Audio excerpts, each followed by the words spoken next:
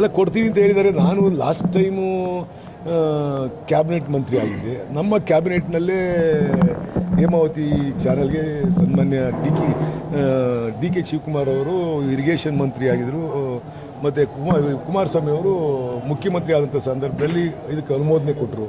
ನಾನು ಆ ಸಂದರ್ಭದಲ್ಲಿ ಕುಮಾರಸ್ವಾಮಿ ಅವರಿಗೆ ಗಲಾಟೆ ಮಾಡಿದ್ದೆ. ನಾನು ಕ್ಯಾಬಿನೆಟ್ನಿಂದ ಎದ್ದು ಆಚೆ ಬಂದಿದ್ದೆ. ಬೇಡ ಈ ಮಾಡಬೇಡಿ ಅಂತ ಹೇಳ್ಬಿಟ್ಟು, ಇದು ಒಳ್ಳೇದಲ್ಲ ಮಾಡಬೇಡಿ ಅಂತ. ನಾನು ಅವತ್ತು ಪಕ್ಷ ಬಿಡೋಕ್ಕೆ ಅದು ಒಂದು ಕಾರಣ ಆಗಿದ್ದಂಥದ್ದು. ನನಗೆ ಅವತ್ತು ಅವರು ಅದೇನೋ ಗೊತ್ತಿಲ್ಲ, ಅವತ್ತು ನಮಗೆ ಸ್ಪಂದಿಸಲಿಲ್ಲ.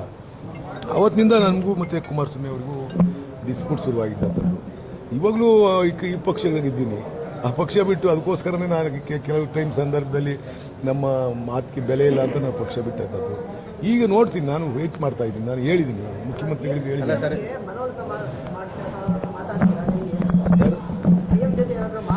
ಸರ್ ಇದನ್ನು ನಾನು ಸುಮಾರು ಸರಿ ಅವ್ರతో ಚರ್ಚೆ ಮಾಡಿದ್ದೀನಿ. ಇದನ್ನು ಬಿಟ್ಟು ನೀವು ಚಾನಲ್ ವೈಡರ್ ಮಾಡ್ಕೊಂಡು ತಗೊಂಡೋಗಿ ಅಂತಕ್ಕಂಥದ್ದು ನನ್ನ ಅಭಿಪ್ರಾಯ ಅವ್ರಿಗೆ ಹೇಳಿದ್ದೀನಿ. ನೋಡೋಣ ಎಷ್ಟು ಮಟ್ಟಿಗೆ ನಮ್ಮ ಅಭಿಪ್ರಾಯಕ್ಕೆ ಬೆಲೆ ಸಿಗುತ್ತೆ ಅಂತ ಕಾಯ್ತಾ ಇದ್ದೀನಿ. ಸ್ಟಾರ್ಟ್ ಮಾಡಿಲ್ವಲ್ಲ, ಸ್ಟಾರ್ಟ್ ಮಾಡಿದ ಹಿಂದೆಲ್ಲ ಸ್ಟಾರ್ಟ್ ಮಾಡಿದಾಗ ಏನಾಗುತ್ತೆ? ಅಲ್ಲ ಹಿಂದೆಲ್ಲ ಸ್ಟಾರ್ಟ್ ಮಾಡಿದಾಗ ಏನಾಗುತ್ತೆ? ಅದೇ ಆಗುತ್ತೆ ಅಷ್ಟೇ ಸರ್. ನೀವೇ ಹೇಳಿದ್ರಿ, ಈ ಹಿಂದೆ ನಾನು ಪಕ್ಷ ಬಿಡಬೇಕಾದ ಕಾರಣ ನೀರಾವರಿ ಯೋಜನೆಯನ್ನ ಕೈಗೆತ್ಕೊಂಡಿದ್ದು ಅಂತ. ಒಂದು ಪಕ್ಷದಲ್ಲಿ ಏನಾದರೂ ಕೂಡ ಮತ್ತೆ ಡಿ ಕೆ ಶಿವಕುಮಾರ್ ಏನಾದ್ರು ಮುಂದುವರೆದ್ರೆ ಮತ್ತೆ ಕಾಂಗ್ರೆಸ್ ಪಕ್ಷ ಬಿಡ್ತಾರೆ? ಗೊತ್ತಿಲ್ಲ, ಎಲ್ಲಿಗೆ ಹೋಗ್ತೀನೋ ಗೊತ್ತಿಲ್ಲ ನನಗೆ.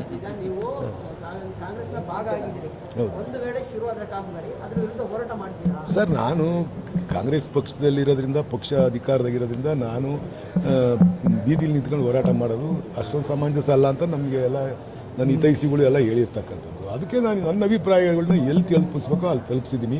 ಸ್ಟ್ರಾಂಗಾಗಿ ಹೇಳ್ತಕ್ಕಂಥದ್ದನ್ನ ನಾನು ಮಾಡಿದ್ದೀನಿ. ಅದನ್ನು ನಾನು ಅಲ್ಟಿಮೇಟಾಗಿ ಲಾಸ್ಟಲ್ಲಿ ಏನಾಗುತ್ತೆ ಅಂತ ನನಗೆ ಅದ್ರ ಬಗ್ಗೆ